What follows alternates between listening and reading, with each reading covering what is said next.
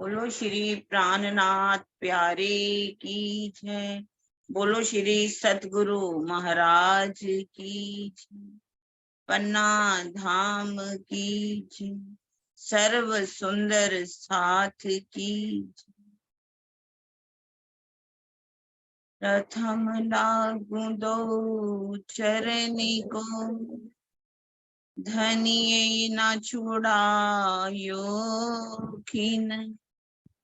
लाख तली लालेड़िया मेरे जीव के ही जीवन। इन पांव तले पड़ी रहूं, धनी नजरी खोलो बातूं। पलना वालों ने दिखा नेत्रे मेरे जीव के यही जीवन।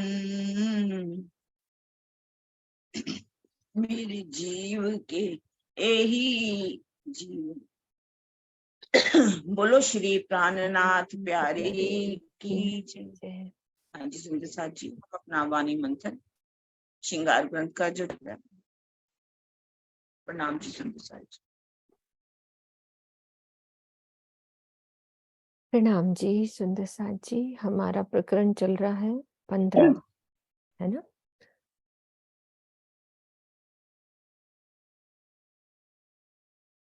हाँ जी, शुरू करते हैं। चौपाई है हमारी 62, 62 चौपाई। सो आठों भिस्त कायम कर दिए अरस पट खोल मार्फत। तिन में पुजाए सुख दिए कर जाहिर हक निस्बत। इसलिए धामधनी ने अपनी रसना रूपी ब्रह्मवाणी से माया का पर्दा हटाकर परमधाम का दरवाजा खोल दिया और मार्फत की पहचान कराई। उन्होंने बेहद मंडल में आठों बहिश्तों को अखंड कर दिया। उन बहिश्तों में अंगनाओं से अपने मूल संबंध को जाहिर कर मुक्त जीवों से हमारी पूजा करवाई तथा हमें सुख दिया। भावार्थ में क्या कह रहे हैं कि सत्य स्वरूप में ब्रह्म सृष्टि की जीवों को परमधाम की अंगनाओं का रूप प्राप्त हो जाने से अन्य वैष्णव वाले यही मानेंगे कि ये ही ब्रह्मंगनाएं हैं। इसे ही बेहद मंडल में मूल संबंध निस्बत को जाहिर करना कहा गया है। जो बात करी ना ऊपर, इसका मतलब ये है, जिस प्रकार लौकिक जगत में किसी व्यक्ति के चित्र या मूर्ति के प्रति किया गया सम्मान उस व्यक्ति के हर्ष का कारण होता है, उसी प्रकार सत्स्वरूप में ब्रह्म सृष्टियों के प्रतिबिंब स्वरूप तनों की पूजा यानी कि श्रद्धा की जाएगी, उनका सम्मान किया जाएगा। परमधाम में रहने वाली ब्रह्मात्माओं के हर्ष का कारण होगा। वहां खुश होंगे ना हम, उनके हर्ष का कारण होगा। इस चौपाई के तीसरे चरण का यही भाव है। तिन में पुजाए सुख दिए, ये भाव है कि परमधाम में बैठ के जब हम देखेंगे कि कैसे हमारे जो सत्स्वरूप में जीव अखंड होंगे, उनको दूसरे जीव पूजा करेंगे।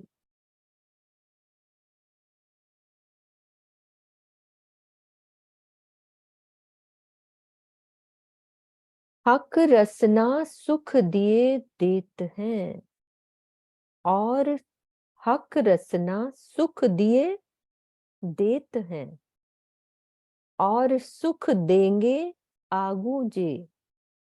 तो इत्थे सब हम देखत, सुख केते कहूं रसना के। धामधनी ने अपनी रचना से हमें अनेक प्रकार के सुख दिए हैं, मतलब पहले भी दिए थे और वर्तमान में भी दे रहे हैं। सुख दिए, फिर कौमा है, फिर देते हैं, तथा भविष्य में भी देते रहेंगे। इस सारी लीला को हम खेल में बैठे हुए देख रहे हैं। मैं प्रीतम अक्षरातीत की रचना के सुखों का कितना वर्णन करूं।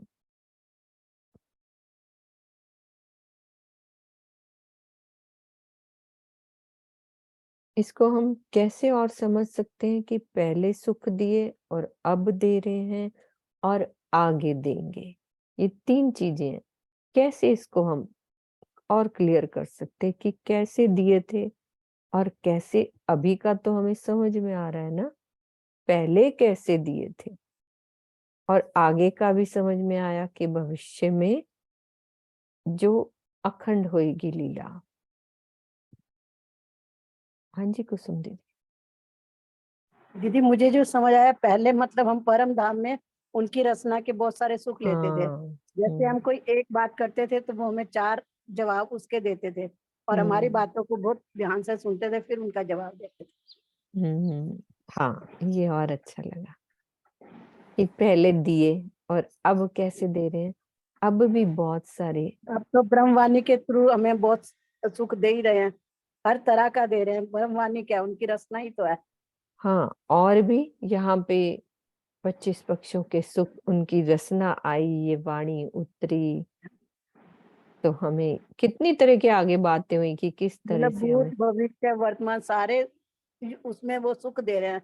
जैसे भूत में हमें ब्रिज का राज का दिया, अब हम्म जागनी लीला का दे रहे हैं, फिर भविष्य में अखंड होने का देंगे।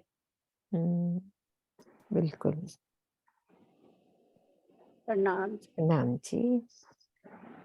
हक रसनाएं ऐसी सुध दई, हुआ है होसी बका माहे, यो खोली अंतर रू नजर, ऐसी हुई ना रूहों सो क्या है।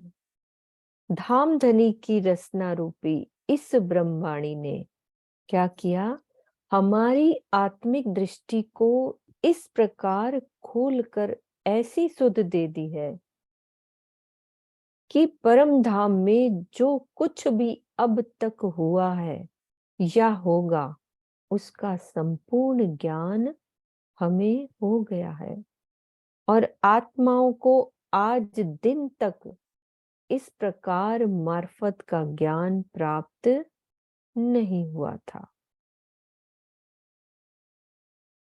तो भावार्थ में क्या कहा है, श्री मुखवाणी श्री राज्य की रचना का रस है।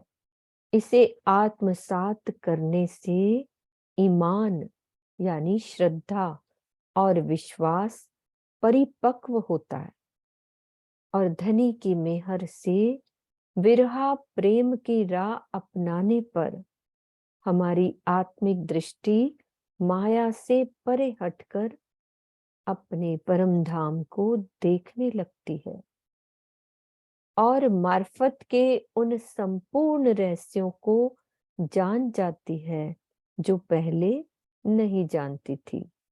वस्तुतः ये बताने के लिए ही धामधनी ने ये खेल बनाया है।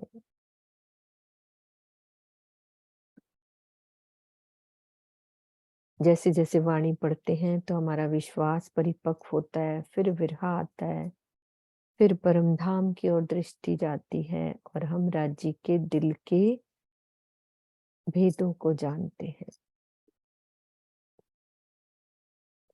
कहूं केते सुख हक रसना, जैसे आप अलेखे अपार, सो सब सुख बका में रूहों, जाको होए न काहूं सुमार। मैं अपने प्राण वल्लभ अक्षरातीत की रचना के कितने सुखों के का वर्णन करूं। जैसे अक्षरातीत की महिमा अनंत है, वैसे ही उनकी रचना के सुख भी अनंत हैं। लिखा है ना, जैसे आप यानी कि धनी जैसे हैं, जैसे अक्षरातीत की अनंत महिमा है, वैसे ही रसना के सुख भी अनंत हैं, जिन्हें किसी भी प्रकार से शब्दों में व्यक्त नहीं किया जा सकता। धामधनी की रसना के ये सभी सुख ब्रह्म सृष्टियों को स्वाभाविक रूप से प्राप्त हैं। इन सुखों की कोई सीमा ही नहीं है। स्वाभाविक रूप से कैसे, मतलब स्वाभाविक रूप से प्राप्त है, मतलब उनका अधिकार है ना दीदी?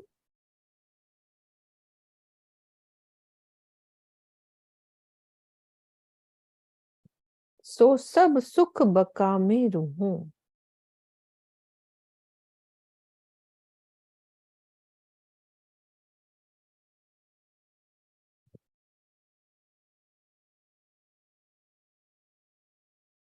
यही बात है दीदी, सो सब सुख बका में रूहूं कि स्वाभाविक रूप से प्राप्त है। कैसे?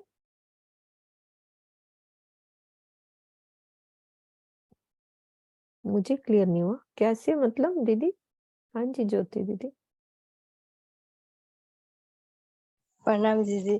दीदी लगता है ये जैसे हमारी परात्म वहाँ बैठी है, तो परात्म का दिल ही तो यहाँ आत्मा हमारे आई है, तो आत्मा के दिल में पहले से ही तो सब है। तो ऐसे लग रहा है कि नहीं कहते इसका स्वभाव ही ऐसा है, तो पर पहले से हमारे दिल में सब है राज्य। इसीलिए हम वाणी पढ़ते हैं ना कि हमें अपनी जो अखंड निधियां है हर आत्मा के दिल में है। तो जो पढ़ेंगे तो हमें एक एक चीज का महसूस होगा और अनुभव होगा। जैसे कहते हैं ना, किसी को जब यादाश्त खो जाता है तो उसको पहले की बातें बताते हैं तो यादाश्त आने लगता है, तो पहले से उनकी रहता है। तो वही लग रहा है कि यही हमें तो पहले स्वाभाविक, मतलब उसको पहले से ही उसका स्वभाव ही है उसका। हाँ जी प्रणाम। प्रणाम जी सब सुंदर साथ को। नीरू जी ने चैट में भी लिखा, मैं वही कहने वाली थी कि निस्बत की वजह से स्वाभाविक, मतलब कि हम उसी के हकदार हैं। और जैसे ज्योति दीदी ने बोला कि कि जैसे हमने वो अनुभव किया हुआ है पहले से। आगे चौपाइयां भी आती हैं, जैसे मैंने कभी पढ़ी थी, उसका मुझे भाव याद रह गया है कि राजी कहते तुम अनुभवियां हो, तुम निस्बतियां हो, कि तुम्हारी निस्बत है संबंध की वजह से और तुमने ये सब पहले अनुभव किया हुए, इसलिए अब जब भी हम कोशिश करते हैं वाणी पे चलने की, हमें अच्छा लगता है, हमें लगता है ये तो हमारे घर की हमारे बातें घर हैं, की बातें है ना। तो वो स्वाभाविक ही आता है, नेचुरली आता है। ज्यादा समय नहीं लगता आत्माओं को जुड़ने में, अगर पता लगे कि हाँ ये प्रेम के रिश्ते को समझने में, तो वो इसलिए स्वाभाविक ही, शायद से यही कहना चाह रहे हैं। हाँ बिल्कुल, यही बात हो सकती है। बात समझ में आ गई। हाँ, ए नेक कया बीच खेल के हक रसना के गुण, ये सब बातें मिलकर सी। आ गई ना? आगो हक बका वतन। मैंने तो इस संसार में श्री राज जी की रचना के गुणों का बहुत थोड़ा सा वर्णन किया है। जब हम निज धाम में अपने मूल तनों में जागृत होंगे तो सभी आपस में मिलकर रचना के गुणों के विषय में चर्चा करेंगे। कल हम यही बात कर रहे थे ना कि चर्चा तो होगी, नया सुख तो होएगा ही। कितनी बार आ गई ये वाली बात। सुनो श्री महामत रसना रस और सुनाइयो मोमिन, जो हुक्म कहे तो हेत कर हक रसना के गुण। श्री मामती जी कहते हैं कि हे मेरी आत्मा, धाम धनी के हुक्म तुझे बहुत प्यार पूर्वक, धाम धनी का आदेश तुझे बहुत प्यार पूर्वक प्रीतम की रचना के गुणों को सुना रहा है। उसे हम सुने और दूसरे ब्रह्म मुनियों को भी सुनाएं। प्रकरण 16 पूरा हो गया है। चौपाई 882। अब हम हक मासूक के वस्त्र यानी कि प्रेमास्पद श्री राज्य के वस्त्रों की शोभा। इस प्रकरण में श्री राज्य के नूरमयी वस्त्रों की शोभा का वर्णन किया गया है। देत नमूना बीच नासूत, जानो क्यों ए आवे माहे दिल। आगू मेला बड़ा होए सी, लेसी मोमिन ए विद मिल। श्री महामती जी की आत्मा कहती है कि मैं इस मृत्यु लोक के वस्त्रों का नमूना देकर धामधनी के वस्त्रों का वर्णन कर रही हूं, ताकि किसी भी तरह से आत्माओं के हृदय में ये शोभा बस जाए।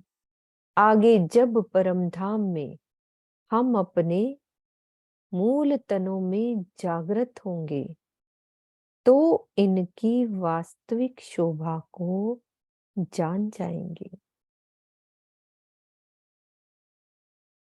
यद्यपि धामधनी के वस्त्रों और आभूषणों की वास्तविक शोभा को चितवनी में भी देखा जा सकता है, किंतु उसका रसपान केवल आत्मा ही कर पाती है। इस नश्वर जगत में जीव के लिए यह संभव नहीं हो पाता कि आत्मा के माध्यम से उसे जिस शोभा का थोड़ा सा अनुभव हुआ है उसे यथार्थ रूप में व्यक्त कर सके। इस तथ्य को स्पष्ट करने के लिए ही यह बात कही गई है कि परम धाम में जागृत होने पर वस्त्रों की वास्तविक शोभा को जाना जा सकता है, यद्यपि वहां इस जीव की उपस्थिति नहीं रहेगी।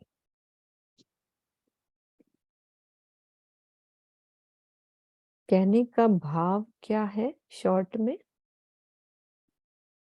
क्या भाव है चित्रा? वही कह रहे हैं कि अगर वैसे तो मतलब यहाँ के ना सूती जगत की उदाहरणें दे देकर अब बताएंगे कि राज्य के वस्त्रों का रंग कैसा है, नगों का रंग कैसा है, तो कहते कि वहां पर वास्तविक शोभा जो एक अल्टीमेट हमें दिखेगी वो तो जागृत होने पर ही दिखेगी। और यहाँ पे अगर चितवन के माध्यम से देख भी लेना फिर भी अगर उसका वर्णन करना चाहे तो वो एग्जैक्ट सेम तब भी नहीं होगा, क्योंकि इतनी ज्यादा असीम रंगों नगों की शोभा है, पल पल बदलती शोभा है। तो कहते कि आत्मा उसका रसपान करेगी, लेकिन जीव के द्वारा उसका एक्सप्रेशन आना, उसको वर्ड्स में कहना, उसको यथार्था में लाना वो संभव नहीं है, क्योंकि वो वाकई में मतलब नूर जमाल के एक एक नूर से बने हुए, कोई उसमें रेशम नहीं, कोई धागा नहीं यूज किया, सब नूर से बना हुआ वहां पे स्वरूप है। तो वो ये बता रहे हैं कि थोड़ा सा अनुभव हम में ले सकते हैं, ये वर्णन पढ़ के अपनी चितवन के द्वारा देखने की कोशिश कर सकते हैं, लेकिन वास्तविकता ये नहीं है जो अब वो जैसे जैसे बताएंगे। बहुत कितनी मुश्किल है गहरी वर्णन बात है ना करना। वर्णन करना कि वो हम्म बॉडी के ही पार्ट्स हैं। हम्म ना मतलब हम बोल ही नहीं पाते कि क्या शब्द बोले, हल्का लगता है कुछ भी बोलना। तो एक देव नमूना दुनी का, अब राजी नमूना दे रहे हैं, जो पैदा दुनी में होत, धागा होत है रुई का और जवेरों जोत। इस संसार में जिस प्रकार वस्त्र बनाए जाते हैं, मैं उनका दृष्टांत देकर श्री राजी के वस्त्रों का वर्णन करने जा रही हूँ। इस मायावी जगत में तो वस्त्रों के धागे रुई से बनाए जाते हैं और ज्योति की जगमगाहट के लिए जवाहरातों का उपयोग किया जाता है। धागा असल रुई तात सा, जवेर जैसी जोत नंग, हुक्मे बने ताके वस्त्र, हुए कैसा पहनावा अंग। लीला रूप में परमधाम का नूरमयी धागा रुई के धागे जैसा ही दिखता है और उसमें ज्वाहरातों के नगों जैसी ज्योति भी झलकती है। धामधनी के आदेश मात्र से ऐसे नूरमय धागे से इच्छा अनुसार वस्त्र बने होते हैं। अब इस बात को सहज में सोचा जा सकता है कि परमधाम के नूरमयी अंगों में किस प्रकार नूरमयी वस्त्र पहने जाते हैं।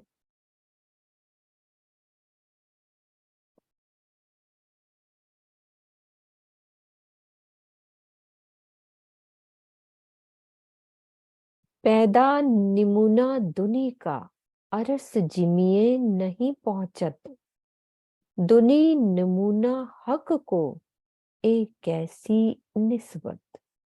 इस संसार में उत्पन्न होने वाली किसी भी वस्तु का दृष्टांत परमधाम की किसी वस्तु से नहीं दिया जा सकता।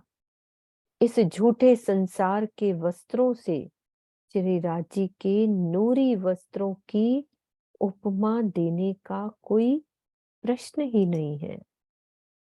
इन दोनों में किसी प्रकार का कोई संबंध नहीं है। बात करके फिर वही कह देते हैं कि मैं नहीं कर सकता वर्णन। जामे का वर्णन होने जा रहा है। जामा कहूं मैं सूत का, के कहूं कपड़ा रेशम, के कहूं हेम नंग जवेर का, के कहूं अव्वल पसम। श्री राज्य के नूरमयी जामे के विषय में मैं ये निर्णय नहीं कर पा रही कि उसे किस रूप में कहूं। उसे मैं सूती कपड़े से बना हुआ कहूं या रेशमी कपड़े से। उसे अति श्रेष्ठ पश्म शनील से बना हुआ मानूं या सोने के तारों में जड़े हुए ज्वाहरातों के नगों से सुशोभित वस्त्र मानूं।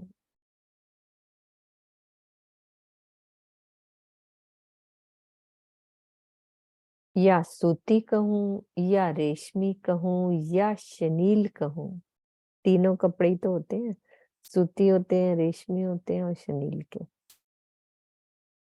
तो सूती और, हाँ जी बोलो चांद कमल देवी। हाँ जी, वो कहते हैं ना, कबीर दास जी ने एक दोहे में लिखा है ऐसा कि जो आंखें देख सकती हैं वो बोल नहीं सकती, जो मुख बोल सकता है वो देख नहीं सकता। तो ऐसे राज्य के वस्त्रों को जो हम देखें चितवन में, अभी तो हमारी चितवन लगती नहीं। स्वामी जी बार बार कहते हैं ना कि जो कुछ तुम वर्णन कर रहे हो, जो सुन रहे हो, जो कल्पना कर रहे हो, जो सोच रहे हो, अभी तो परम हंसों ने जो देखा है वो वर्णन देख रहे हो ना। आपने तो अपनी आंखों से कुछ नहीं देखा। जिस दिन देख लेंगे उस दिन बोला ही नहीं जाएगा क्या देखा हमने। जो देखते हैं उसका तो वर्णन ही नहीं होता ना, वर्णन नहीं किया जा सकेगा। वो एक आता नहीं किरण दीदी कि है ना, वो जो पर आत्म के दिल में होता है, आत्मा तक नहीं पहुंचता, फिर आत्मा से जीव तक, फिर जीव के इस मुख तक, ऐसा आता है ना दीदी कि फिर मुख, है ना, जीव तक नहीं पहुंचता, जीव वाला मन तक नहीं पहुंचता, मन का जुबान तक नहीं आता, जुबान से जो शब्द निकलते हैं वो यही के होते हैं। यही के बिल्कुल ऐसे लगता है कि वो वर्णन के लिए हल्के ही शब्द हो गए। क्या ही गूंगे गूंगे का गुड़ है, गूंगा जो खा रहा है वो बता नहीं सकता कैसा है। फिर भी हमारे दिल में चोट लगने के लिए उन्होंने क्या क्या चौपाइयों में वो डाल दिया है ना।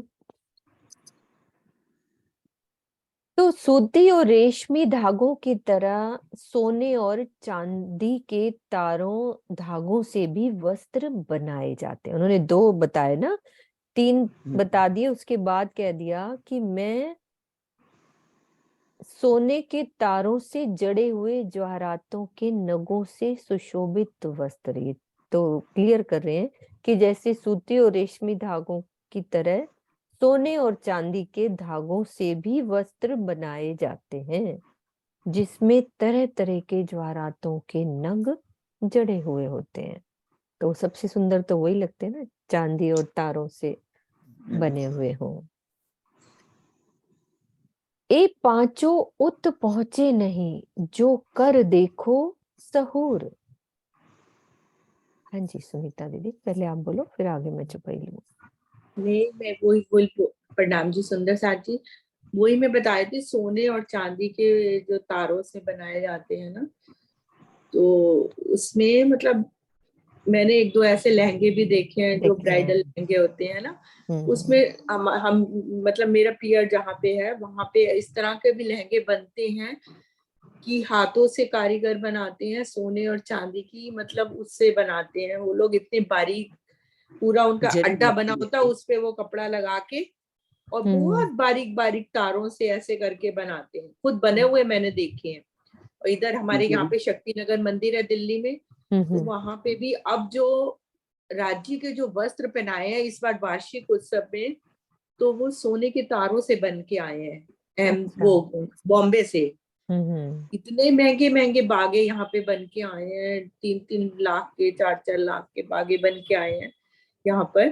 तो शक्ति नगर मंदिर में वो भी बहुत तारों से, जैसे सोने की तारे बने हुए हैं, सोने की तारों का काम हुआ है उसमें, और इतने सुंदर लगते हैं देखने में, मतलब सिंपल ही लग रहे हैं, लेकिन वो कसीदाकारी इतनी अच्छी और उतनी उसमें वो करी हुई है। तो यहाँ के देखने के जब वस्त्र इतने अच्छे लग रहे हैं सोने चांदी के, तो वो तो धनी के आभूषण है। तो उसके बारे में तो क्या कहा जाए। ज्यादा से ज्यादा, इससे ज्यादा और क्या कह सकते हैं। हाँ वही ना। प्रणाम ए जी। प्रणाम जी। ए उत पहुंचे, ए पांचों उत पहुंचे नहीं, जो कर देखो सहूर। क्यों पहुंचे फना जड़ नमूना, ए हक बका चेतन नूर। हे साथ जी, यदि हम विचार करके देखें तो यह स्पष्ट हो जाएगा कि इस जगत के ये पांचों वस्तुएं कौन सी, सूती, रेशमी, सोना, जवाहरात और शनील, उस परम पशम कह लो, शनील कह लो, वो परम धाम में नहीं है। श्री राज जी के वस्त्र तो चेतन है, नूरमयी है और अखंड है। वो बातें करते हैं। भला इस संसार की नश्वर जड़ वस्तुओं से परमधाम के वस्त्रों की उपमा कैसे दी जा सकती है। जो कहूं बका जिमिये के जवेर या वस्त्र, तो भी रूह के अंग को शोभा कहिए क्यों कर। यदि मैं अखंड परमधाम के जवाहरातों या वस्त्रों की शोभा का वर्णन करती हूँ, तो उनका यथार्थ वर्णन हो पाना संभव ही नहीं है, क्योंकि ये वस्त्र और आभूषण तो आत्माओं के अंग रूप हैं, अर्थात उनके नूरी अंगों के समान हैं।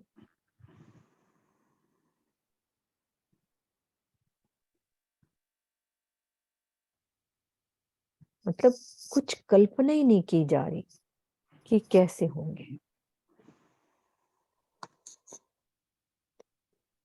जो चीज पैदा जिमी की, सो दूसरी कही जात। चीज दूसरी वायदत में कैसे कर समात। है ना। इस नश्वर जगत में जब किसी नई वस्तु की उत्पत्ति होती है तो हम क्या कह देते हैं कि दूसरी वस्तु के रूप में संबोधित कर देते हैं। किंतु परम धाम की वाहिदत यानी एक दिली में भला किसी नई वस्तु का अस्तित्व कैसे संभव है। काल माया के ब्रह्मांड में नई वस्तुओं की उत्पत्ति और विनाश का चक्र चलता रहता है। और क्या होता है, योग माया के ब्रह्मांड में किसी नई वस्तु का प्रकटीकरण तो हो सकता है, किंतु उसका विनाश संभव नहीं है। इसके विपरीत परम धाम में ना तो किसी वस्तु की उत्पत्ति हो सकती है और ना विनाश हो सकता है। वहां के कण कण में मात्र सच्चिदानंद अक्षरातीत का स्वरूप क्रीड़ा कर रहा है। उदाहरण के तौर पे बता सकते हो कि योग माया में बोल सकते हो कि कैसे नया बना और कैसे खत्म नहीं हो रहा। कैसे बताओ सुंदर साथ जी। हाँ जी वर्षा। प्रणाम जी दीदी। दीदी जैसे ब्रज की लीला वहां पे अखंड हो गई है और वो निरंतर चल रही है, उसका कोई विनाश नहीं होगा, ऐसे वो वहां पे नया ऐड हो गया है ना। और जैसे बहिष्ठ बाद में सभी जीवों को वहां मुक्ति मिलेगी, तो वे अखंड तो हो जाएंगे लेकिन वहां से फिर वे नष्ट नहीं होंगे कभी। नष्ट नहीं होंगे, बिल्कुल।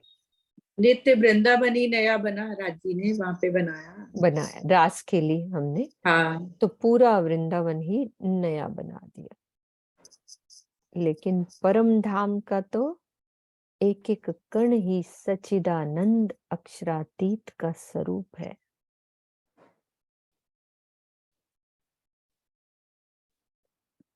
हक इल्मे चुप कर ना सको और शब्द में ना आवे सिफत। दो बातें कह रही है ना। ताथे हुक्म कहत हैं सुनो जामे की जुगत। मेरे अंदर धामधनी का दिया हुआ ज्ञान है, इसीलिए मैं चुप भी नहीं रह सकती और शब्दों में शोभा का वर्णन भी हो पाना संभव नहीं है। इसीलिए अब जो कुछ भी कहा जा रहा है वो मेरे धनी का हुक्म ही कह रहा है। तो साथ जी अब हम जामे की बनावट का वर्णन मिलकर सुनेंगे। पर कछुक नमूने बिना नजरों न आवे तफावत, तो चुप से तो कछु गया भला, रू कछु पावे लज्जत। लेकिन बिना किसी दृष्टांत के वर्णन करने पर परमधाम के वस्त्रों में तथा संसार के वस्त्रों में कोई भेद प्रतीत नहीं होता। इसीलिए पूर्णतया चुप रहने से तो कुछ कहना ही अच्छा है, ताकि हम आत्माओं को उसका कुछ तो रसास्वादन हो सके। इस चौपाई में ये बात दर्शाई गई है कि परमधाम के नूरमयी वस्त्रों को इस संसार में प्रकाशमयी, चेतन और अंगों के समान ही शोभायमान कहकर वर्णन करना पड़ता है। उसमें जड़े हुए चेतन ज्वारातों को इस संसार के ज्वारातों से तुलनात्मक दृष्टि में क्या कहा जाएगा? करोड़ों सूर्यों के समान प्रकाशमान कहकर वर्णन किया जाता है। यदि ऐसा ना किया जाए तो भी ऐसा प्रतीत होगा जैसे किसी पंचभौतिक वस्त्र की शोभा का वर्णन किया जा रहा है। यद्यपि परमधाम के वस्त्रों की वास्तविक शोभा तो कुछ और ही है। करोड़ों सूर्यों के तेज की उपमा तो मात्र अंश रूप ही कही जा सकती है।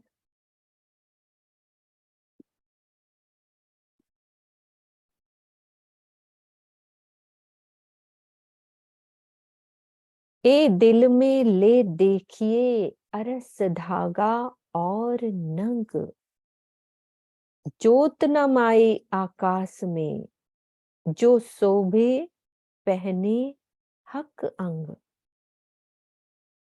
हे साथ जी,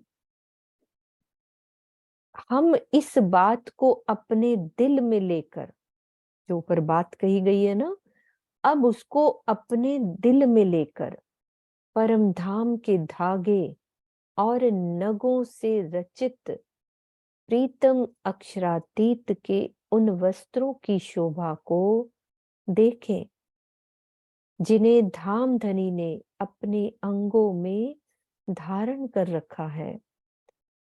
इन वस्त्रों की नूरी ज्योति इतनी अधिक है कि वह अनंत आकाश में भी नहीं समा पा रही है। अनंत आकाश कैसे?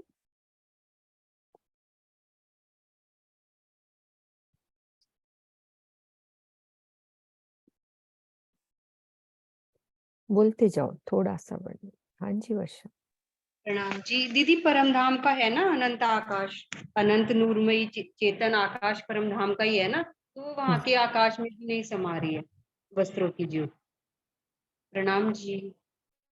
मतलब वो उपमा दे ही नहीं पा रहे, वो आकाश लिखते हैं तो भी उनको लगता है कि उसमें नहीं समा पा रही, करोड़ों सूर्य लिखते हैं तो वो भी उनको लगता है कि अंश मात्र ही बताया अभी हाँ, ज्योति ये का। वाली बात लगी ना। करोड़ों सूर्य, मतलब हम एक सूर्य को फेस नहीं कर सकते हैं यहाँ पे, बाहर नहीं खड़ा हुआ जाता, देख नहीं सकते हम उसको अपनी ऐसे आंखों से।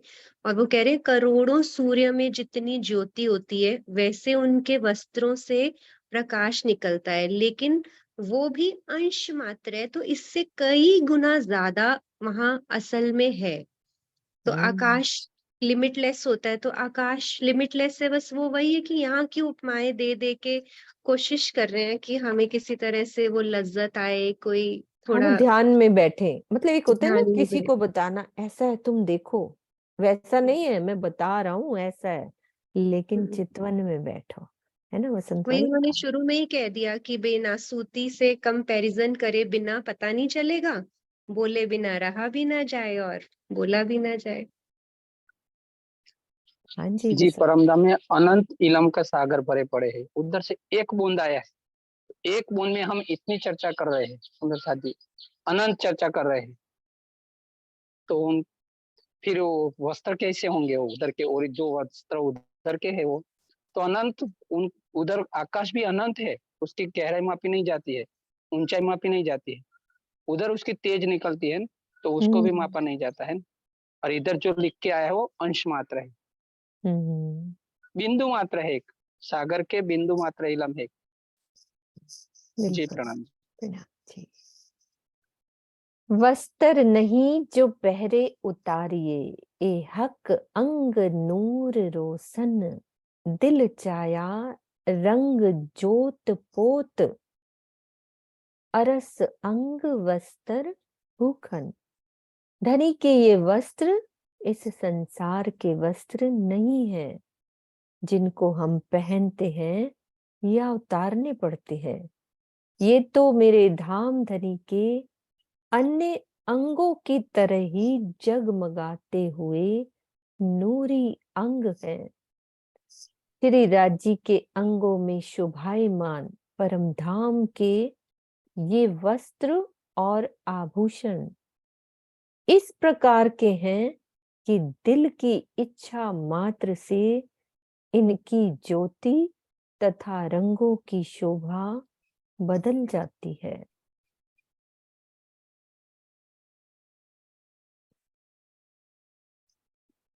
ए जो कही जुगत जामे की, चौपाई जामे से शुरू करी थी, अब फिर से आ गई। ए जो कही जुगत जामे की, हक अंग का रोशन और भांत सुख आसिकों, पहने तन वस्त्र भूखन। ये जो मैंने धाम धनी के जामे की बनावट की शोभा का वर्णन किया है, वह तो श्री राजी के अंगों का ही नूर है। प्रीतम ने अपने तन में जो वस्त्र एवं आभूषण धारण कर रखे हैं, वे अंगनाओं को तरह तरह से आनंद देते हैं। कैसे आनंद देते हैं बताओ? तरह तरह के आनंद, क्या भाव है?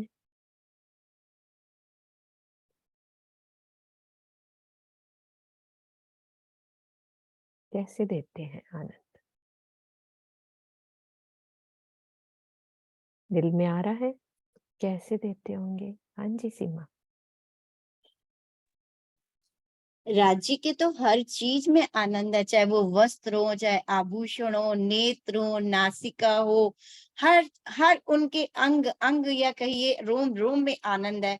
तो वस्त्रों से अंगनाओं को क्यों नहीं प्रेम होगा, आनंद होगा। इनसे हमें वो सारी चीजें मिलती हैं जो उनसे प्राप्त होती हैं। एकत्व है, सौंदर्य है, आकर्षण है, प्रेम है, निस्बत है। मेरे मन में तो यही भाव हाँ आया। हाँ, मतलब मैं दिल में और आ रहा है कि कैसे देते होंगे, है ना कृष्णा दीदी? उनको देख के प्रेम आता है, प्रेम आता है तो आनंद आता है। चूंकि राजी आनंद, हम लोग निस्बत में है और राजी आनंद के ही तो रूप है।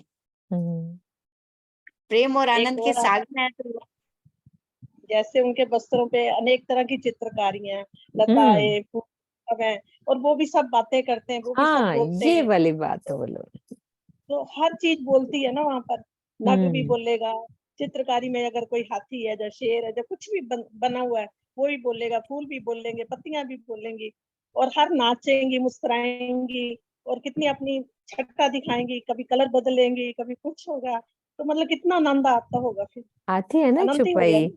कि मैं गले के हारों से जब बातें होती हैं। कुसुम दीदी बोलेंगे, है ना? मैं नहीं बोलूंगी। हाँ जी कुसुम दीदी।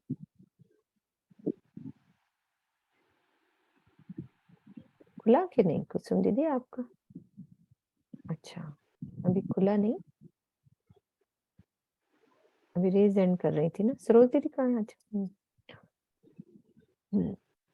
बोलो बोलो और कोई हाँ ये आ गई सरोज दीदी, आपको दिया हुआ है मैंने को होस्ट।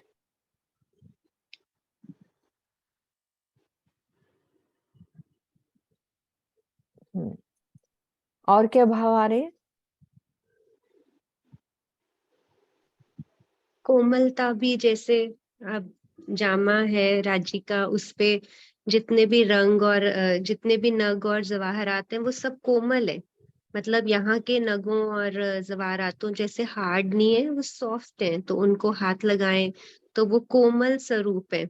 और वही कि हमारे छूते ही वो अपना नूर बदल लेते हैं, फिर पल पल बदलती शोभा, डिजाइन बदल जाते हैं, पैटर्न बदल जाते होंगे।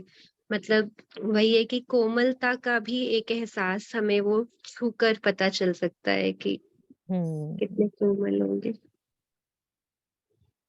जो रूह जैसा चाहती है राज्य के वस्त्र में वैसे ही नजर आते हैं, और वो भी हमसे बातें करते हैं। देखो मैं आज राज्य के ऊपर कैसे सज रही हूँ, या राज्य के धारण किया है तो राज्य का स्वरूप मेरे से कितना निखर आया है। इस प्रकार से वो हमसे हर तरह की बातें करते हैं। बस उनके जो कांगरी आई है वो भी हमसे बात करती है, देखो मैंने आज राज्य के वस्त्रों पे बैठ के कितनी सुंदर शोभा को बढ़ा दिया है।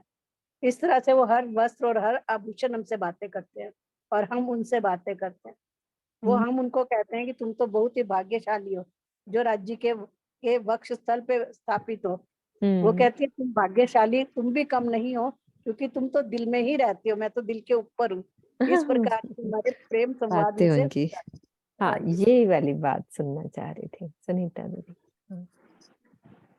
प्रणाम दी। जी, मैं भी यही बोल रही थी कि वस्त्र जो है ना वहाँ पे राज्य के, वो राज्य का ही स्वरूप है।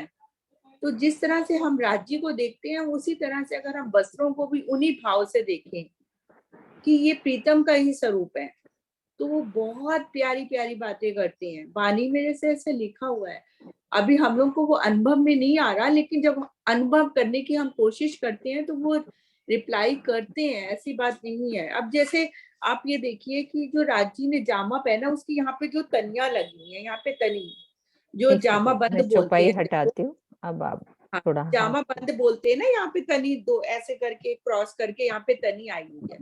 तो वो जो तनी बनी है ना, वो इतना मुस्कुराती है जब हम जाए जीवन में देखें। वो कहती है कि देखो मैं तो राज्य के हेड़े के ऊपर सजी हुई हूँ। वो जो तनिया बनी है और उसमें बहुत सुंदर कांगरी और फूल पत्तियां बनी हुई हैं, तो वो मुस्कुराती है रूह को देखकर कि मैं तो देखो राज्य के हेड़े से हर पल लगी हुई हूँ। तो रूह भी कहती है अरे जब ये तनिया मतलब तनिया नहीं है, वो भी राज्य का ही स्वरूप है। और जो ये कांधे पे जैसे केवड़े के फूलों की भी शोभा आई है, यहाँ पे कंधे पे ये बगल में, तो वो केवड़े के फूल खिल उठते हैं। जब रूह जाती है चितवन में, उनको देखती है, निहारती है, तो वो केवड़े के फूलों से इतनी खुशबू आती है। या पीछे कोतकी की शोभा है, जामे के पीछे कोतकी की बहुत सुंदर शोभा है, तो वो कोतकी भी बात करती है। उस पे इतनी सुंदर नक्शकारी कसीदाकारी है ना, बारीक से बारीक, कितनी छोटी छोटी मतलब कसीदाकारी है। तो वो भी मुस्कुराती हैं कि जब आसमानी चादर के नीचे से वो पूरी कसीदाकारी दिखाई देती है स्पष्ट। अगर राजी को पीछे से देखें हम, जैसे कहीं भी राजी सीढ़ियों से ऊपर चढ़ रहे हैं, मान लो 100 सीढ़ियों से ऊपर चढ़ रहे हैं राजी और श्यामा जी, और हम पीछे हैं रूहें, तो उनका पीछे का जो दृश्य हम देखेंगे ना, उनकी लाख तली लाल एड़ियां भी दिखाई देंगी हमको चढ़ती हुई सीढ़ियों में। वैसे नहीं दिखाई देती, लेकिन जब राजी सीढ़ियां चढ़ रहे होते हैं किसी भी जगह पे, बोमबर की सीढ़ियां सब जगह ही आई हैं, तो जब वो चढ़ रहे होते हैं तो उनकी नरम तली का दीदार रूह करती है, और झन झन की आवाज करते आभूषण, चाहे वो घुंघरी हो, काबी हो, करला हो, वो सब बातें करते हैं। और जो इजार में या जो जामे के आगे ये जो चुन्नटे, छोटी छोटी चुन्नटे आई हैं, वो भी हंसती हैं, मुस्कुराती हैं कि देखिए मैं तो राजी के हंस कमलों की चारों तरफ लिपटी हुई हूँ। और जो हंस वो इजार की जो चुन्नटे हैं वो भी मुस्कुराती हैं कि मैं तो चरण कमलों के इर्द गिर्द ही घूमती रहती हूँ। तो रूहो तुम भी आओ, तुम भी धनी के साथ ऐसी लीलाएं करो, तुम भी धनी के साथ यूं ही लिपट जाओ जैसे मैं लिपटी हूँ। तो इस तरह से जामे बहुत बहुत बहुत, हर वस्त्र मतलब चाहे महीन चादर हो जो राजी ने आसमानी रंग की ओढ़ी हुई है, या उनका दामन हो, हर दामन में एक एक चुन्नट बात करती है। अगर गहराई में हम चितवन में उतरे तो बहुत सुख है इसमें, और ये सारा सुख हम यहाँ बैठ के चितवन में ले सकते हैं। अब आनंद आया, है ना। नीला रंग इजार का, चलो इजार के रंग में डूबते हैं, इजार में डूबते हैं। नीला रंग इजार का, मिही चूड़ी घूंटी ऊपर, तिन पर झलके दावन, हरी झाई आवत नजर। यहाँ नीला कह दिया, यहाँ हरी झाई कह दी। श्री राजी की इजार का रंग नीला है, इसमें घुटनों के ऊपर बारीक चुनटों की शोभा आई है। इसके ऊपर राजी के श्वेत रंग के जामे का घेरा आया हुआ है, जिसमें इजार का रंग हरा दिखाई दे रहा है। अब उसी को क्लियर कर रहे हैं कि गुजराती में हरे रंग को क्या बोलते हैं? नीला अवश्य कहा जाता है, किंतु श्रृंगार ग्रंथ की भाषा हिंदुस्तानी है, जिसमें नीला और हरा रंग अलग अलग बताए गए हैं। नीले रंग में सफेद रंग को मिलाने से ही हरा रंग वैसे ही बन जाता है, जैसे लाल रंग में सफेद रंग मिलाने से वो गुलाबी हो जाता है।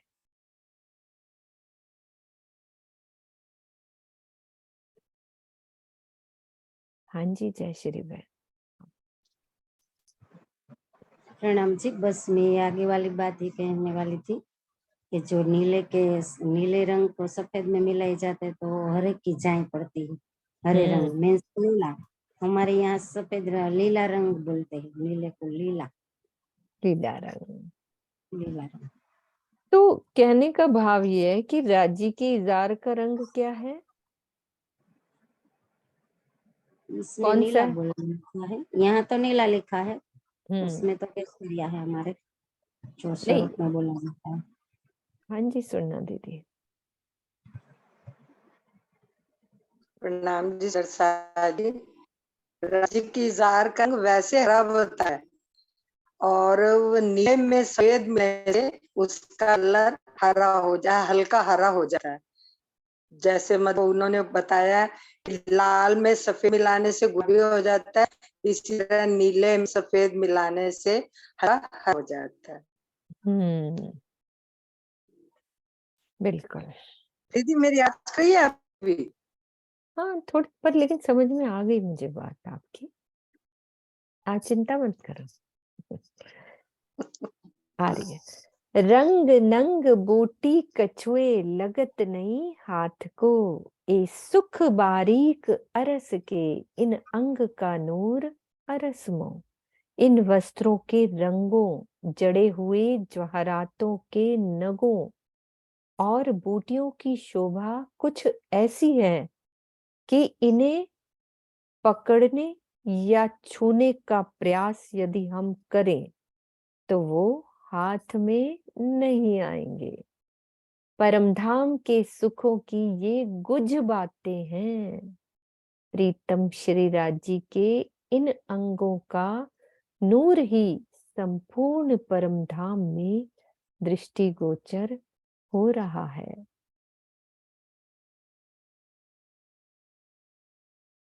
जोत करे दिल चाहती, जैसी नरमाई अंग चाहे।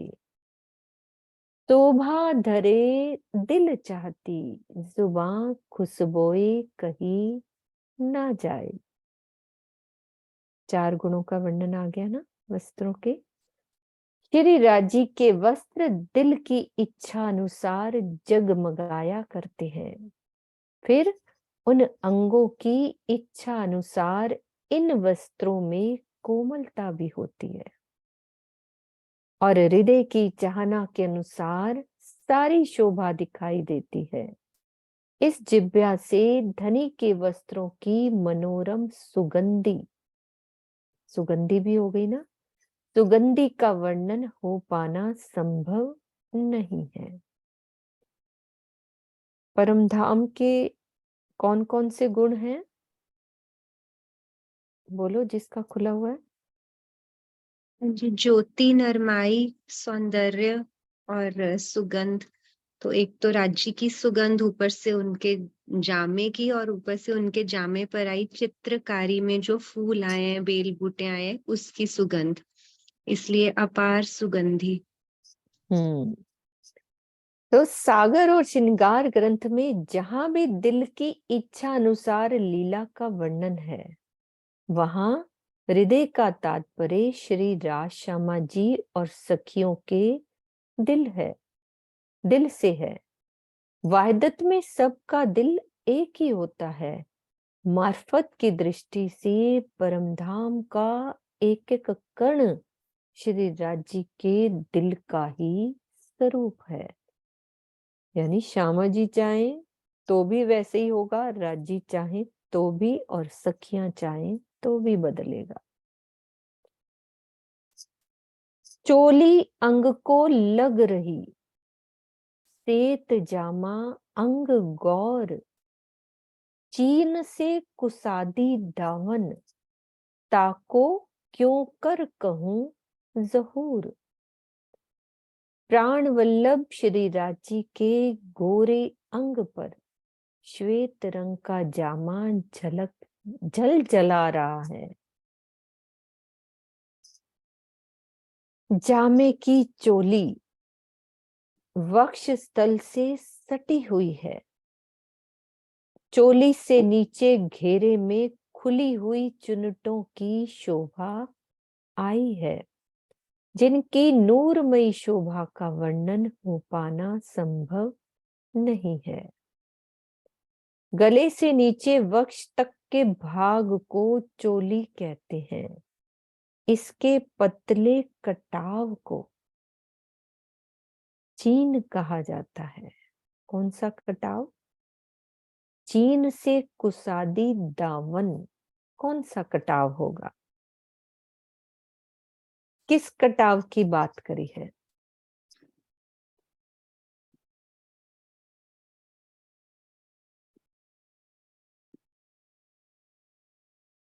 जो कमर पर आके फिट हो गया, जहाँ पे चुन्नट आ गई, जहाँ पे वो ऐसे कमर की जो उनकी कटी कमर की जो शेप है, वहां पे एकदम फिटेड हो गया, और जहाँ पे उन्होंने नीलो ना पीलो पट्टुका पहना हुआ है, तो वो पट्टुके वाली जगह को कहा है कि चीन से कुसादी दावन, मतलब लग गया, एकदम चिपक गया, सट गया है ना। और वहीं पे चुन्नट है, वहीं पे नीलो ना पीलो पट्टुका है, और वहीं पे जामे की शोभा है, वहीं पे बेल बूटे, कितनी सारी शोभा एक इतने से पार्ट में मतलब राजी ने बहुत प्यारी छुपाई है। हाँ, ये बड़ा अच्छा लगा। चीन से हाँ दीदी, कुसादी। पट्टुका और पट्टुका से ऊपर का और पसली के बीच का भी भाग है, एकदम हाँ, पतला भी है, वही। वही कटाव हो गया ना, कमर की जो बनावट है ना किरण दीदी, यही है ना।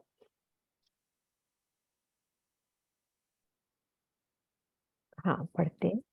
हाँ जी दीदी, जहां भी लगे बताना। वही है ना, कटाव को चीन से कुसादी दामन। नीचे जो घेरदार है ना, घेरा, उसमें जो चुनटे बनती है उनकी बात हम्म, है। चुनटे जहाँ शुरू होती है ना, चुनटे चुन्नटों का भी एक की बात। है ना आनंद, के जो बेल लगी हुई है एक दूसरे चुन्नटों के साथ मिला हो जाता है, कटती नहीं है बेल। हम्म। वो भी है पहनावा प्रणाम जी। अरस अजीम का, प्रणाम जी। क्यों कहिए माहे सुपन, कंकरी एक अरस की उड़ावे 14 भवन। जिस परम धाम के एक कंकड़ी का के तेज के सामने 14 लोक का यह ब्रह्मांड ही समाप्त हो जाए, यानी अस्तित्वहीन हो जाता है, उस परम धाम के पहनावे का वर्णन भला इस झूठे संसार में कैसे हो सकता है। हाँ जी सुंदर साथ जी, यहीं तक हम लेंगे, मैं टाइम नहीं देखा। हाँ जी किरण दीदी, आप आ जाओ, यहीं चौपाई दोहराएंगे हम, थोड़ा सा सहूर करते हैं क्वेश्चन आंसर के द्वारा।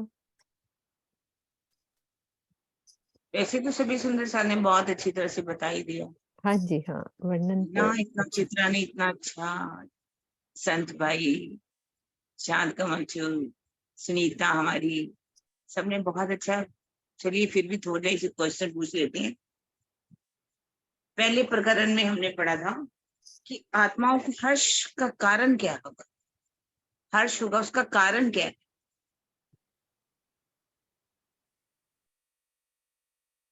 देखो हर्ष का कारण क्या है? हाँ जी वर्षा।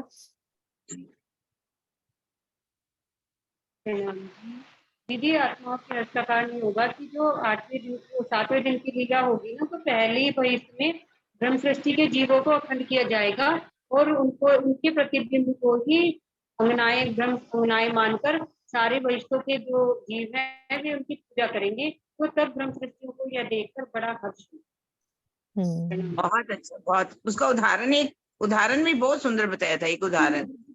उसका उदाहरण ये, जैसे किसी देवी देवता की फोटो या मूर्ति की पूजा वो भी करते हैं महान तो उन्हें पुरुष, महान पुरुष। उनको हर्ष होता है, तो इस तरह से ही ब्रह्मंगनाओं को भी हर्ष होगा। बिल्कुल ठीक, बहुत अच्छा वर्षा जी, बहुत आप अच्छे उत्तर देते हो, बहुत ही प्यारे प्यारे। बहुत ऐसे लगता है कि राज्य की पूरा टू मेहर द बहुत पॉइंट। ज्यादा, अच्छा, बहुत टू द स्पेशल पॉइंट, मेयर है। आंसर भी स्पेशल।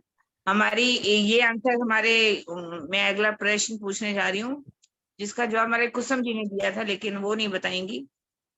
तीनों कालों में सुख का कारण क्या है, सुख का वर्णन करें। तीनों दोबारा कालों में हाँ, अलग रूहें, भूत विषय वर्तमान में कैसे सुख लेती हैं। हाँ जी सुंदर साथ जी, कुछ तो बोलो, एक काल का वर्णन।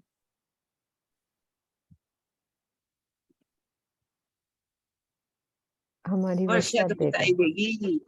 और सुंदर साथ जी, किसी को मतलब समझ में नहीं आई, खाली हम पढ़ ही रहे हैं, कुछ भी अपने भाव रख सकते हैं। हाँ जी जय श्री बहन, आप बोलो। भूतकाल में ले चुके हैं, वर्तमान में ले रहे हैं और विषय में लेंगे। इन सुखों का वर्णन, बहुत सुंदर वर्णन किया था हमारी कुसुम जी ने। हाँ बताएंगे सुंदर सा, 3-4 ही हाथ खड़े हुए हैं वैसे तो। हम जब परम धाम में रहते थे तब प्रत्यक्ष सुख लेते थे धनी के साथ, जो उनकी शोभा का शब्द, और अब लेंगे तो क्या उसकी ये वाणी, इलम वाणी से और ध्यान चितवन के माध्यम से उसका सुख लेंगे, जो हमारा निज सुख को याद करके। ठीक है, हाँ जी ठीक है। और भी थोड़ा सा कोई हाँ अच्छी ज्योति दीदी बता अच्छा दी। बताया, ऐसी बात नहीं है, लेकिन थोड़ा और ऐड कर दीजिए। ज्योति आप खोलो। अरे फिर तुम्हारी आवाज चली गई। चलो सरोज जी बताती है। सरोज दीदी आप खोलो।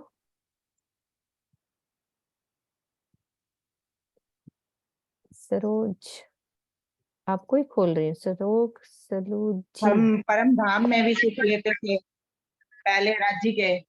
पहले सुख हम परम धाम में लेते थे, दूसरे सुख हम इस माया में ले रहे हैं। जो हमें इतनी परवाणी मिली है, राज्य के श्रीमुख वाणी मिली है, उससे सुख ले रहे हैं। जो अब बैठ के सहूर कर रहे हैं, ये भी सुख ले रहे हैं। आगे सत स्वरूप की पहली बैष्ट में भी हम सुख लेंगे, और फिर परम धाम में तो जाएंगे ही, वहां तो राज्य के चरणों में सुख लेंगे ही।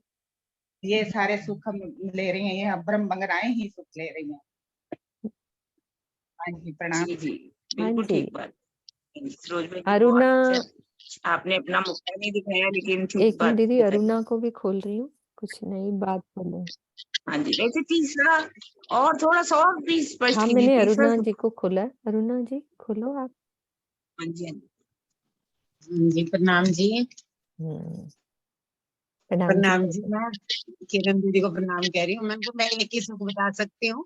हाँ हम तो प्रणाम करेंगे जब आप प्यारा सा मुद्दा आप अपना दिखाओगे। चेहरा दिखाओ। अरे ऐसे थोड़ी ना। मैं पहले मैं बोल लूं, थोड़ा सा है ना, मैं हाँ थोड़ा हाँ खोल के बोल नहीं पाती हाँ हूँ। हाँ खुल के बोलो। हाँ कोई बात नहीं। समझ नहीं आई। मैं कई बार ऐसे खोलने की कोशिश करती हूँ, तो बोल नहीं पाती मैं। हाँ हाँ और मैं इसलिए कोई शायद बात बोल भी नहीं। नहीं रही, बोलती नहीं हूँ। पर हाँ जी एक हाँ ही जी। सुख मुझे जो बहुत मिल रहा है वर्तमान काल में आपके साथ, बस आगे पीछे का पता नहीं क्या होगा। मैं प्रणाम रोज आपको करना चाहती हूँ, पर मेरी स्पेशल प्रणाम इसलिए आज खोल के कर रही हूँ। मैं तो सही। प्रणाम करना चाहती हूँ आपके चरणों में कोटि कोटि। चलो मीनू से हमारी तो से नहीं होती ना स्पेशल प्रणाम। आपको हाँ आप अपने दिखाइए ना ये हमारी चेहरा चाची जी दिखाइए। हैं, तो चेहरा अब अच्छा तो अच्छा देख। अरुणा हाँ जी। मेरी चाची जी है तो। अच्छा जो आपके हाँ वहां जयपुर रहते हैं, में। जयपुर में। हाँ हाँ हाँ मैं बिल्कुल। देखती हूँ, सीमा ठीक है। जी आप बता दो जो रह गया। प्रणाम जी। राम जी। हम तो आनंद सुखों में झीलते थे, परम धाम में पूरे ही सुख लेते थे। उसके बाद राजी हमें ब्रिज में लेके आए, जहां हमें उन्होंने ब्रज लीला का आनंद दिया, जिसकी कोई पारावार नहीं। और उससे अधिक आनंद उन्होंने हमें रास में दिया, जो जिसमें सारी रूहों तृप्त हो गई, सब रूहें तृप्त हो गई कि अखंड उनको आनंद मिल गया। फिर उन्हें वापस हमें वो परम धाम लेके फिर काल माया के ब्रह्मांड में लाके उन्होंने वाणी का मार्फत का पहचान दी। जो वाणी का जो सुख है, जो इलम का विलास है, वो लज्जत अब हम ले रहे हैं।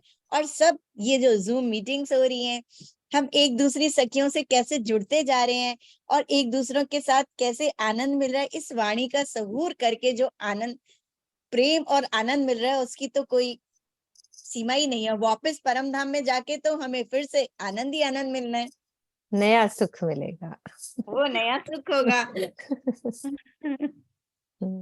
आपके साथ इतना ही मिलके भाव भी मेरे हमें हृदय में एक ही सुख मिल रहा है सीमा। हाँ जी हमें तुम्हें देखकर भी सुख मिलता है। आंटी तुम कितनी प्रणाम। मेहर हुई तुम्हारे ऊपर, कितनी मेहर हुई है, मुझे तो बहुत बहुत खुशी होती है।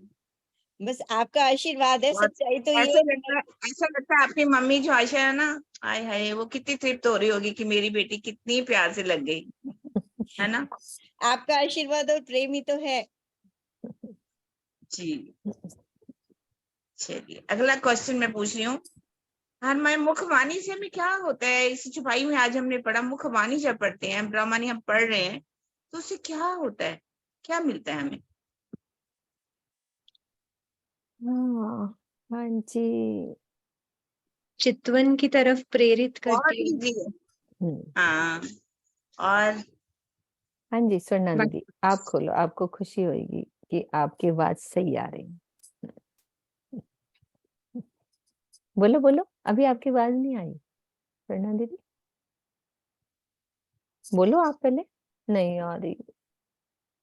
और भी बहुत से सुंदर सा 6 हाथ आगे, 6 हालांकि हमारे होने चाहिए कम से कम 10 12 तो 15 तो होने चाहिए, लेकिन क्योंकि वाणी पढ़ रहे हैं ना। बाहर से ही हमारी मीनू सुना रही है, सुंदर साथ समझा रहे हैं, फिर पता नहीं क्यों हाथ कम होते हैं।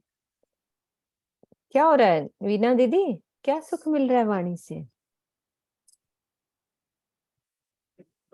क्या होता बहुत है शोर हमारे हो सब रहा है मालिक घर में ना, पढ़ेंगे? कंस्ट्रक्शन लगी, बहुत शोर हो रहा अच्छा अच्छा ठीक है ठीक चलिए है। कोई बात नहीं, और कोई सी हाँ कुसुम दीदी बोल दो, कोई बात नहीं, चलो एक में ही हम कुछ सारे बोल देंगे। प्रणाम दीदी। वाणी को पढ़ने से पहले तो हमें इलम मिलता है, फिर विरह आता हाँ है, फिर प्रेम आता है, ये और बात। हम के बाद राज्य के गुज भेद, जो उनके दिल के गुज भेद है, उनको जानकारी मिलती है, और फिर हम उनसे प्रेम और विरह के द्वारा चितवनी में उनके दर्शन करते हैं और फिर एकाकार हो जाते हैं। बहुत ही अच्छा। बस इतना कहो कि हमें इल्म से ईमान आता है, ईमान से श्रद्धा आती है, श्रद्धा से हमें हर चीज की प्राप्ति हो जाती है, निस्बत की, मार्फत की, ये सब सुख मिलने शुरू हो जाते है ना। हाँ बहुत ही जी। अच्छा बहन जी, आपकी तो बात ही कुछ और है, आपका कोई मुकाबला नहीं। अब आपने और मीनू दीदी ने सिखाया है, और कुछ भी नहीं आता था मुझे तो। आपके चरणों में जितना प्रणाम करूं उतना कम है। कुसुम दीदी अरे ना कुछ बोलो। ना ही कहो कुछ, अच्छी बात। चलिए छोड़िए, वस्त्रों की, हाँ, यदि शोभा का रसपान कौन करता है, वस्त्र, और कैसे करता है, कौन नहीं करता, कोई और बताएगा। हाँ जी, वस्त्रों की शोभा का रसपान कैसे करता है, कौन करता है? ज्योति दीदी अब आप बोलो, शायद आवाज आ गई होगी आपकी। फिर से आओ, आपकी आवाज नहीं आ रही, आप जाके आओ, जल्दी से आ जाओ, आपकी आवाज नहीं आ रही। और कोई नया सुंदर सा, कुसुम दीदी ने बोल दिया, सुनीता दीदी और सरोज, चलो सरोज दीदी से दोबारा पूछते हैं, कब बोलती है ना। हाँ जी सरोज दीदी आप बोलो, हमारी सरोज दीदी क्यों चुप है आज।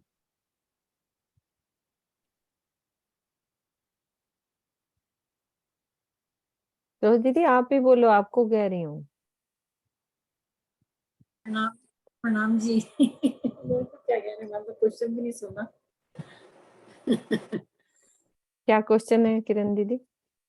वस्त्रों ये की जो शोभा है, उसका रसपान कौन करता है, कैसे, कौन नहीं करता, और क्यों? बहुत अच्छा वर्णन किया अभी आपने। हमारे सुंदर साहब ने इसको चौपाई को बहुत दुरा के भी बताया, चित्रा ने और कुसुम, सभी बहुत प्यार से, वसंत भाई, सबने बताया। हम उसको दोहरा रहे हैं और कुछ नहीं कर रहे, सिर्फ हमारे अंदर हृदय में पता आ है जाए कि क्या, जो ऐसा इसीलिए होता है कि हम सुंदर साथ दोबारा से उस बात को सोचें, फिर हम किसी का कोई, हम टेस्ट नहीं लेते सुंदर साथ जी, हमें खुद कुछ नहीं आता तो हम टेस्ट कैसे ले सकते हैं। हम तो बस ये सोचते कि चलो रिवाइज हो जाए, जिसको जैसे चर्चा की अर्चा होती है ना, वो ही करते हैं। अभी चर्चा मीनू जी करती है, हम उसकी अर्चा कर लेते हैं। महाराज जी महाराज। सुनीता दीदी मैं तो पढ़ती हूँ सामने से रख के, बस करो सुनीता दीदी। वस्त्रों का रसपान तो हम खुद ही करते हैं, और वही करती है ना, क्योंकि वो सब राज्य का स्वरूप है। बुद्धि तो यहाँ की है, वो कैसे करेगी? नहीं, हम खुद ही करते हैं ना, हम खुद ही करते हैं ना, बुद्धि का तो मतलब ही नहीं है वहां पर, तो बुद्धि का तो। चलो सुनीता दीदी बहुत अच्छा। आप क्लियर और भी कोई और भी बताइए। परम सृष्टि ही करती है राज्य के वस्त्रों का रसपान, तो जो वहां जिनके मूल तन परम धाम में बैठे हैं, वो जो उनके अंग है वो ही उनका रसपान कर सकते हैं ना, जीव सृष्टि थोड़े ना करेगी। चौपाई में ये आया था कि आत्मा ही रसपान करती है और जीव को थोड़ा सा उसका अंश प्राप्त होता है। और जैसे जैसे आत्मा रसपान करेगी वैसे वैसे पर आत्म तक वो सुख पहुंचेगा, तो वो भी ये मेन वहीं आंसर है उसका। ठीक है, बहुत सुंदर चित्रा जी आपका आंसर। पर मुझे यहाँ पर हमेशा एक डाउट रहता है आंटी कि अभी जैसे पढ़ते हैं तो फिर हम ये क्यों कहते हैं कि अभी जीव को ही सुख मिल रहा है, अभी आत्मा तक नहीं पहुंच रहा। अभी तो हम ना इसका लज्जत ले रहे हैं, और वास्तविक सुख तो हमें चितवनी के द्वारा जब राज्य के हम दीदार करना शुरू करते हैं ना, तो वो सुख फिर आत्मा को मिलता है। आत्मा को सुख तो मिल रहा होता है, जीव उसके साथ जुड़ा होने के कारण उसको थोड़ा ही सुख मिल पाता है। वो जो वास्तविक सुख है वो तो आत्मा ही लेती है, जीव नहीं ले पाता। जैसे लेकिन चित्रा एक एग्जाम्पल है, मैं हिमालय पे गई हूँ, मिलने वाली है, लेकिन जो सुख जो कहते हैं ना सामने बैठ करके उसका सुख लेना, वो आत्मा लेती। और वास्तव में तो हम सुख जागृत होने के बाद ही लेंगे। हाँ जी। उन 5 जो हमारी नियामतें हैं, कौन सी 5 बातों का वर्णन करके बताओ, तुलना करके। वो कौन सी 5 चीजों का हम राज्य के वस्त्रों से तुलना किन से करते हैं? वो 5 कौन सी चीजें हैं जिसकी तुलना हम राज्य के वस्त्रों से करते हैं? लेकिन करते हैं, उसका अगला आंसर फिर क्वेश्चन पूछूंगी। सुषमा। प्रणाम जी। प्रणाम जी। मैं बोलने की कोशिश करूंगी थोड़ी हाँ सी बिल्कुल, जल्दी तभी खोला है, बोलो बोलो। हाँ। पहले तो राज्य के वस्त्रों का रेशम के धागे से, यहाँ के रेशम के धागे से वर्णन किया गया है। दूसरा सूती धागे से वर्णन किया गया है। और तीसरा सनील के धागे से वर्णन किया गया है। और चौथा सोने के जेवरातों से और चांदी से उनका वर्णन किया। बिल्कुल, आप बोला करो, कोई दिक्कत बिल्कुल बिल्कुल, बहुत अच्छा बताया आपने, बहुत अच्छी। प्रणाम जी। 5 जो वास्तव में बातें हैं, मैंने कहा अपने 5 का सोना और नग थोड़ा अलग कर सकती हैं। नग तो है ही वहां पर हर चीज में, पर हम वर्णन तो कर ले हैं, पर यहाँ की जो ये नग हैं, जसूत है, रेशम है, क्यों नहीं वहां लगते? बात हम समझाने के लिए कर रहे हैं, पर वहां के वस्त्रों का वर्णन उनसे तुलना क्यों नहीं कर सकते? बोल दो सुषमा। हाँ बोलो बोलो, तुम्हें खोला हुआ है, बोलो। जैसे यहाँ के नग होते हैं, वो तो हम छूते हैं तो हार्ड भी होते हैं बहुत, पर वहाँ के राज्य के नूरनी से ही बना हुआ है, वहाँ छूने से वो बहुत कोमल होते हैं, स्पर्श भी हमने नहीं। और भी एक बात और बोलो। और भी वर्णन करेंगे उसमें, क्योंकि वो राज्य के नूर से ही बने हुए हैं। जड़ है, यहाँ के जड़ है ना। और भी अंदर की बात। चलो कुसुम दीदी और सरना दीदी, शायद आवाज आ जाए, खोलो। प्रणाम जी। आई आवाज? आ गई, आ गई, आ गई। राज्य के जो वो मतलब वस्त्र या आभूषण है, वो राज्य के अंगों की शोभा है। उनको हम छूने से मतलब हमें एहसास नहीं होता कि अगर हम छुएंगे तो वो नग है, उनको छू नहीं सकते, वो राज्य के अंगों की ही शोभा है। इसलिए उनको ना जैसे वस्त्रों को पहना उतारा नहीं था, और आभूषणों को भी पहना उतारा नहीं जाता। और ये यहाँ के जो आभूषण है, इनको हम पहनकर उतार कर अपने को तैयार होकर आते हैं, लेकिन राज्य के तो वो अंगों की शोभा है, उन पहना और उतारा नहीं जाता। प्रणाम जी। बिल्कुल बिल्कुल, है ना, बहुत ही अच्छा। अब अगर इज़ार का रंग कौन सा है? नीला, है ना, तो उसमें हरी झाई नजर आती, क्यों आती है रंग नीला लिखा हुआ है, लेकिन झाई जो है वो हरी क्यों नजर आती? सुषमा होरिया, हाँ जी आप ही बोलो। आज सुषमा दीदी, अरे वाह, आ जाओ। प्रणाम जी। प्रणाम जी।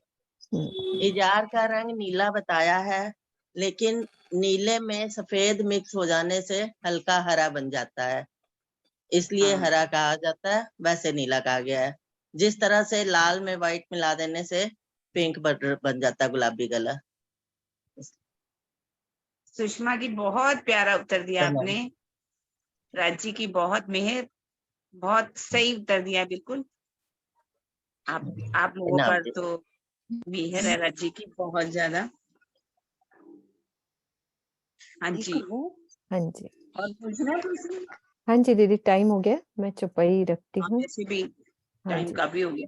हाँ जी दीदी। सुंदर साथ जी, ये चुपाई दोहरा लो। सुषमा दीदी आपका खुला होगा, सुषमा हुरिया दीदी आपका खुला होगा, यही वाली चुपाई है ना? नहीं, ये नहीं है चुपाई।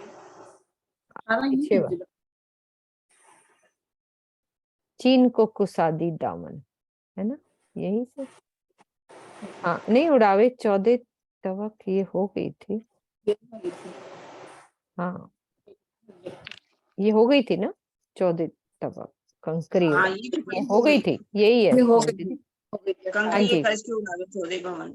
हाँ जी, सुषमा आपका खुला हुआ है, आप ही बोल दो, खोलो, बोलो। मेरे को बोल हाँ जी, बोलो। चुपाई दुरानी है। हाँ जी, हाँ बोलो, चौपाई दोहराओ। पहनावा अरस अजीम का, क्यों कहिए माहे सुपन, कंकरी एक अरस की, उड़ावे चौदे भवन, उड़ावे चौदे भवन। बोलो बोलो। श्री कृष्णनाथ प्यारे की जय, सतगुरु महाराज की जय, पन्ना धाम की जय, सर्व सुंदर साथ की। प्रणाम जी सभी को। सबको प्रणाम जी।